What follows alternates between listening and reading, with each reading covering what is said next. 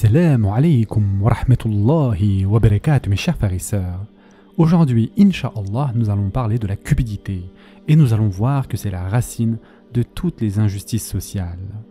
Mes chers frères et sœurs en islam, le hadith que nous allons examiner aujourd'hui aborde les fondements mêmes de la justice et montre comment la cupidité creuse un vide profond dans nos poitrines.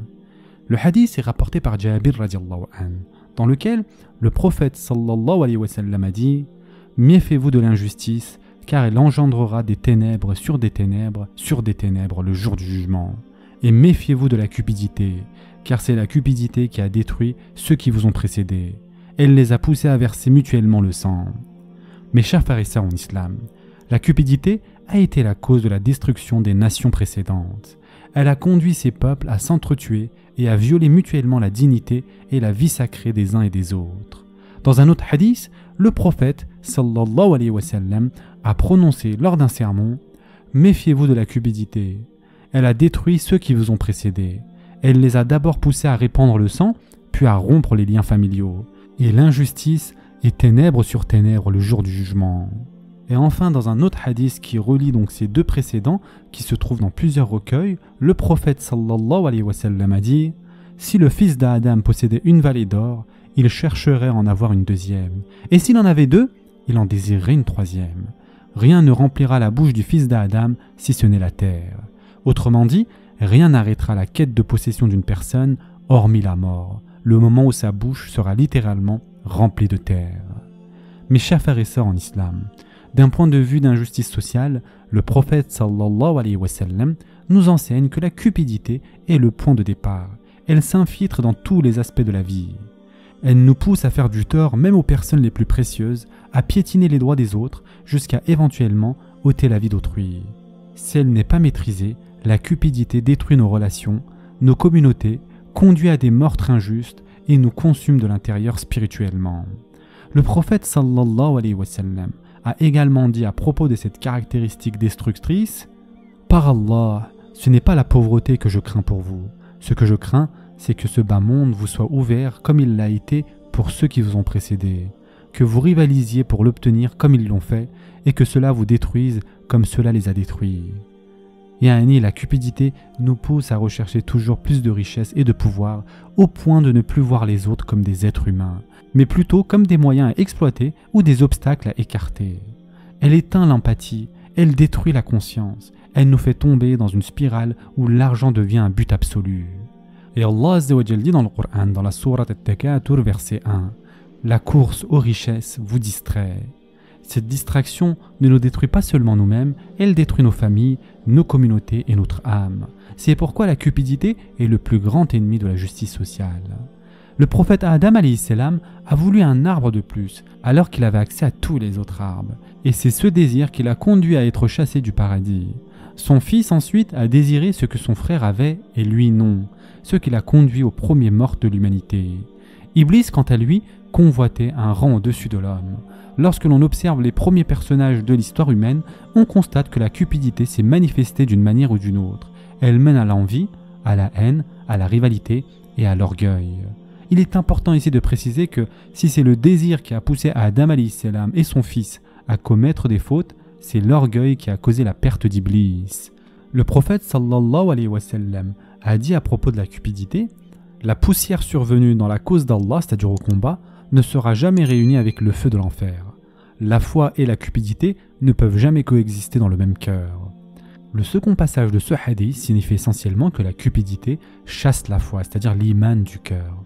Tandis que la cupidité pousse l'individu à considérer chaque personne comme un obstacle ou un outil dans sa course vers le gain, la foi pousse à rechercher sans cesse la satisfaction d'Allah Azza wa Jal. La foi est un combat quotidien. Si elle n'est pas nourrie et renouvelée, elle s'affaiblit et la cupidité prend le dessus, éteignant ainsi l'amour d'Allah Azza wa Jal dans le cœur. Il ne faut jamais laisser la cupidité dominer notre foi, c'est à la foi de dominer notre cupidité. Et nous devons comprendre que ce bas monde n'est pas une fin en soi. La recherche effrénée de ce bas monde, au détriment de notre relation avec Allah Azza wa Jal, ne peut être contrôlée que par la foi. Les ressources de cette vie sont limitées, nous ne pouvons pas tout avoir, et cette frustration conduit souvent à s'approprier ce qui ne nous appartient pas. Et ceux qui possèdent déjà beaucoup sont souvent les plus atteints par la cupidité. Ils veulent encore plus et ce désir insatiable les dévore. Le compagnon Abdurrahman ibn Auf radiallahu an, l'un des plus riches compagnons du prophète sallallahu alayhi wa sallam, était si riche que lorsqu'il entrait à Médine avec ses caravanes, les gens croyaient que c'était une armée ennemie tant elles étaient nombreuses. Et pourtant, il est rapporté qu'il avait fait un tawaf complet autour de la Kaaba en disant « Oh Allah, protège-moi de la cupidité qui est en moi ». Il savait à quel point la richesse peut être une épreuve. Il savait que son argent pouvait l'éloigner d'Allah Azza wa Jal s'il ne faisait pas attention. Et cela nous enseigne une chose essentielle. Parfois Allah Azza wa Jal ne nous donne pas la richesse, non pas par punition, mais par miséricorde. Il nous protège de nous-mêmes. Le prophète sallallahu alayhi wa sallam a aussi dit que la plus grande épreuve de cette communauté est l'argent. Et si l'on regarde les crimes économiques dans le monde, on voit qu'ils sont presque tous motivés par la cupidité. Que ce soit les pays endettés, les crises créées de toutes pièces, les guerres économiques, la pauvreté artificielle, etc. Tout cela pour que quelques-uns deviennent encore plus riches. Mes chers frères et sœurs en islam, quelle est maintenant la différence entre la cupidité et l'avarice? Les savants arabes ont fait une distinction claire. Ibn al-Qayyim explique que la cupidité, c'est un désir ardent, incontrôlable et impatient d'acquérir quelque chose. Quant à l'avarice, c'est le refus de se séparer de ce que l'on possède déjà. Ainsi, la cupidité précède l'avarice. Si quelqu'un possède beaucoup, mais qu'il est capable de s'en détacher facilement, cela montre qu'il a vaincu sa cupidité. Celui qui est généreux a vaincu son ego et n'est pas esclave de ses biens.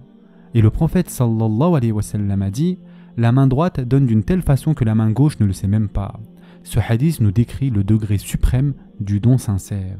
La personne donne en secret, sans rien attendre en retour et sans même rendre compte à elle-même. Un événement bien connu de la vie du prophète sallallahu alayhi wa sallam illustre d'ailleurs parfaitement l'esprit du don désintéressé. Il est rapporté par Abu Hurayra radiallahu an, un homme vint voir le prophète sallallahu alayhi wa sallam visiblement dans le besoin. Le prophète sallallahu alayhi wa sallam envoya alors un message dans les maisons de ses épouses pour savoir si l'une d'elles avait de quoi nourrir cet homme.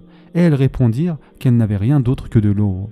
Le messager d'Allah sallallahu alayhi wa sallam s'adressa alors à l'assemblée en disant « Qui accueillera cet homme et l'honorera comme invité ?» Un homme des Ansar se leva et dit qu'il allait s'en charger. Il rentra chez lui et dit à son épouse « Sois généreuse avec l'invité du messager d'Allah sallallahu alayhi wa sallam. » Elle lui répondit qu'il n'avait que de la nourriture pour les enfants. Il lui dit alors « Prépare le repas, allume la lampe et continue à remuer la marmite jusqu'à ce que les enfants s'endorment. Quand l'homme s'assiera pour manger, éteins la lampe, puis présente la nourriture. Mets 3 assiettes devant nous, mais ne mets à manger que dans son assiette pour qu'il pense que nous mangeons aussi. » Subhanallah. Le lendemain matin, après la prière de Fajr, le prophète sallallahu alayhi wa sallam dit à cet homme des Ansar « Allah a ri de satisfaction à l'une de vos actions cette nuit. » Et il révéla le verset de la sourate Al-Hashr, verset 9.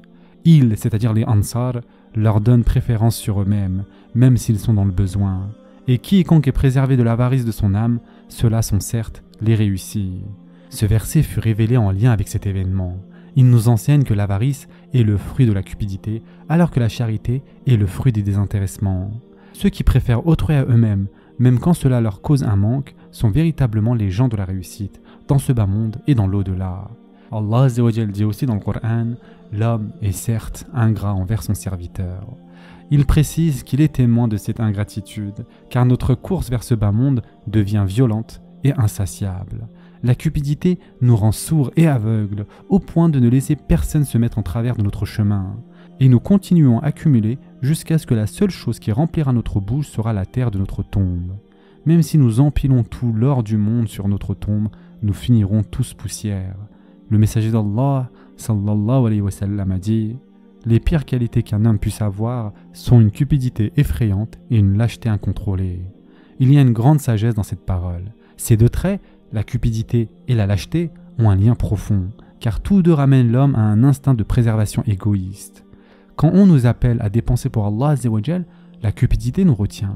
Et quand on nous appelle au courage, la lâcheté nous paralyse. Quand la cupidité s'empare du cœur, les principes disparaissent. Et quand les principes s'effondrent, cela se répercute sur nos relations avec nos familles, nos proches et nous-mêmes. C'est donc à chacun de nous de combattre cette maladie intérieure et de reprendre le contrôle sur notre âme.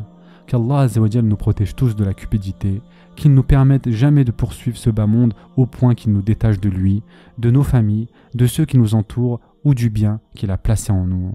Qu'il fasse de nous des gens de charité, de générosité et de sincérité, des gens qui recherchent sa face et non les illusions de ce bas monde.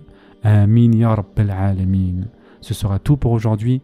En attendant, prenez soin de vous mes chers frères et sœurs et à très prochainement, Inch'Allah.